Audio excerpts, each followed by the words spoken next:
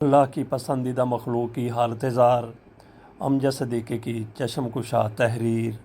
امجد صدیقی خود بھی معذور ہیں، لیکن انہوں نے اپنی معذوری کو مجبوری نہیں بلکہ اپنی طاقت بنایا۔ آج ان کا شمار دنیا کی معروف شخصیات میں ہوتا ہے۔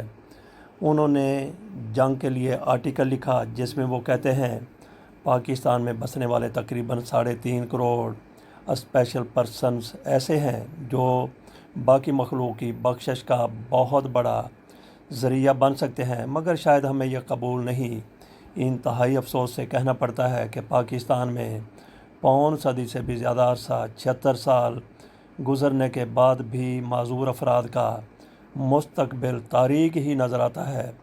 آج بھی آپ معذور افراد کو سڑکوں اور چوراہوں پر بھیک مانگتے ہی دیکھتے ہیں۔ کوئی بھی شخص اپنی مرضی سے تو معذور نہیں ہوتا، پھر کیوں انہیں اپنے سے الگ تھلگ کر دیا جاتا ہے، ان سے فاصلہ رکھا جاتا ہے، حقارت بھری نظر سے دیکھا جاتا ہے، انہیں لوگوں کی نفرت، تلخ باتیں اور سخت جملے برداشت کرنا پڑتے ہیں، معذوری کے طعنے سننے پڑتے ہیں، بلکہ یہاں تک کہا جاتا ہے کہ معذور افراد منحوس ہیں یا یہ اپنے کسی گناہ اور جرم کی وجہ سے اس حالت میں ہے۔ ان کے بارے میں سب کچھ تو کہہ دیا جاتا ہے، لیکن کوئی شخص ان سے ہنس کر بات کرنا پسند نہیں کرتا، ان کے ساتھ پیار بھرے دو بول نہیں بول سکتا، کوئی ان سے ہمدردی نہیں کرتا۔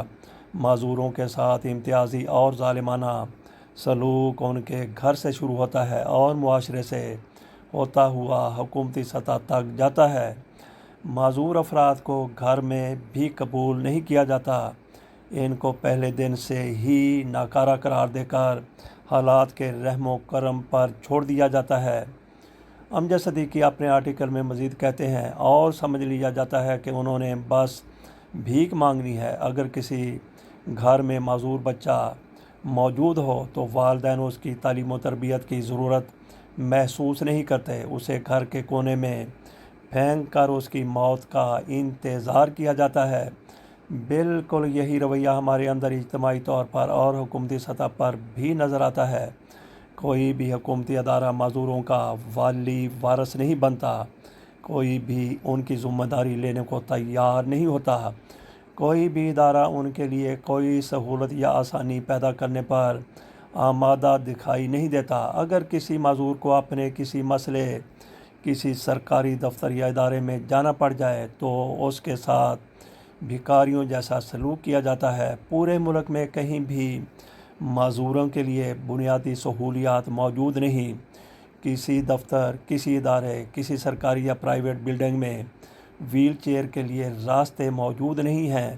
چھوٹے بڑے شاپنگ سینٹرز، میڈیا ہاؤسز، پلازے، ہوٹل اور ریسٹورنٹ، کہیں بھی وہیل چیئر افراد کا بآسانی جانے کا انتظام نہیں۔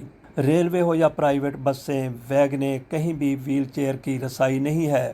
حتیٰ کہ جدید انداز میں بننے والے میٹرو، بس اور اورنج لائن ٹرین معذور افراد کو رسائی نہیں دی گئی۔ معذور لوگ آخر جائیں تو کہاں جائیں؟ گھر والے انہیں قبول نہیں کرتے۔ میں نے گزشتہ 20 سال میں نہ جانے کتنی بار صاحب اقتدار سے ملنے کی بھرپور کوشش کی کہ ان کے آگے پاکستان میں بسنے والے 15% معذور لوگوں کے مسائل کا رونا رو سکوں، مگر نہ تو ان کو کوئی ملنے دیتا ہے اور نہ ہی وہ خود ملنا چاہتے ہیں۔ حالانکہ میں نے تنہا وہیل چیئر پر پاون ملکوں کا دورہ کیا ہے۔ میں نے سعودی عرب میں اپنے 40 سالہ قیام کے دوران جس میں عظیم شخصیت کو، جن میں میاں نواز شریف بھی شامل ہیں، ان کو ملنے کی خواہش کی تو پروٹوکول کے ساتھ ملاقات ہوئی، مگر انتہائی افسوس کے ساتھ کہنا پڑتا ہے کہ ہمارا معاشرہ ہمیں دھتکار دیتا ہے۔ حکومت بے حس ہو چکی ہے، پھر کون ہے جو انہیں زندہ رہنے کا حق دے سکے؟ کوئی ہے جو انہیں امید دلا سکے کہ اس ملک میں معذور بھی عزت سے رہ سکتے ہیں؟ کوئی ہے جو انہیں یقین دلا سکے کہ معذوروں کو اس ملک میں باعزت روزگار ملے گا؟ شاید ایسا کوئی بھی نہیں ہے۔ میں گزشتہ مہینے 7 دن کے لیے عرب امارات گیا۔ میں نے دیکھا مجھ جیسے لوگوں کو وی وی آئی پی سے بڑھ کر پروٹوکول دیا جاتا ہے۔ امجد صدیقی صاحب کہتے ہیں انہیں سر پر بٹھایا جاتا ہے، وہ پورے ملک میں کہیں بھی جانا چاہیں، کچھ بھی کرنا چاہیں، انہیں عام انسانوں سے کہیں زیادہ سہولیات میسر ہیں۔ سرکاری کاموں کے لیے ان کو دفتروں کے دھکے نہیں کھانا پڑتے، بلکہ خود سرکاری ملازمین اور پرائیویٹ ادارے جن میں بینک بھی شامل ہیں ان کے گھر پہنچ کر ان کے تمام سرکاری اور غیر سرکاری کام سر انجام دیتے ہیں۔ ان کو وہاں پیپل آف ڈٹرمنیشن کہا جاتا ہے۔ ہمارے ہاں موجود افراد کو اسپیشل پرسن کا نام تو ضرور دیا گیا ہے، مگر ان کے ساتھ حقارت آمیز رویہ اپنایا جاتا ہے۔ ہمارے ہاں عدالتیں اگر کوئی قانون بناتی ہیں تو اس پر سرے سے عمل نہیں ہوتا۔ اگرچہ مشرف صاحب کے دور میں حکومت میں مجھے سینیٹر بنانے کی پیشکش کی گئی، مگر میں نے یہ سوچ کر انکار کر دیا تھا کہ ہمارے ملک کے تمام سیاستدان صرف کرسی کے لیے لڑتے ہیں اور اللہ تعالیٰ نے مجھے پکی کرسی دی ہوئی ہے، مگر اب سوچتا ہوں کہ وہ میری غلطی تھی۔ جہاں خواتین اور مائنارٹیز کو اس اسمبلی میں سیٹیں ملتی ہیں، وہاں پر 3.5 کروڑ اسپیشل پرسنز کا بھی حق بنتا ہے۔ کاش میں اس وقت 3 کروڑ روپے پارٹی فنڈ دے کر یہ آفر قبول کر لیتا تو اب تک اسپیشل پرسنز کی صوبائی اور قومی اسمبلی میں معقول نشستیں ہوتیں۔ یہاں پر وہ اپنے حق کے لیے آواز اٹھا سکتے۔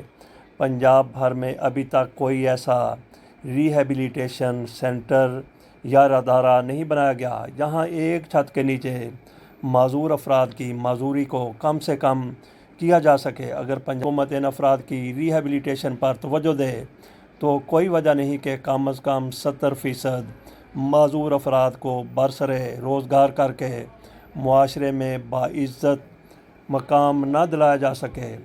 امجد صدیقی صاحب کی شخصیت اور ان کے خیالات کے بارے میں مزید جاننا ہو تو ان کی کتاب درد کا سفر موجود ہے، جس کا تازہ ترین ایڈیشن علامہ عبدالستار اعظم کے ادارے قلم foundation, Yathrib colony, Walton, Lahore نے شائع کیا ہے۔ اجازت دیجیے، اللہ حافظ۔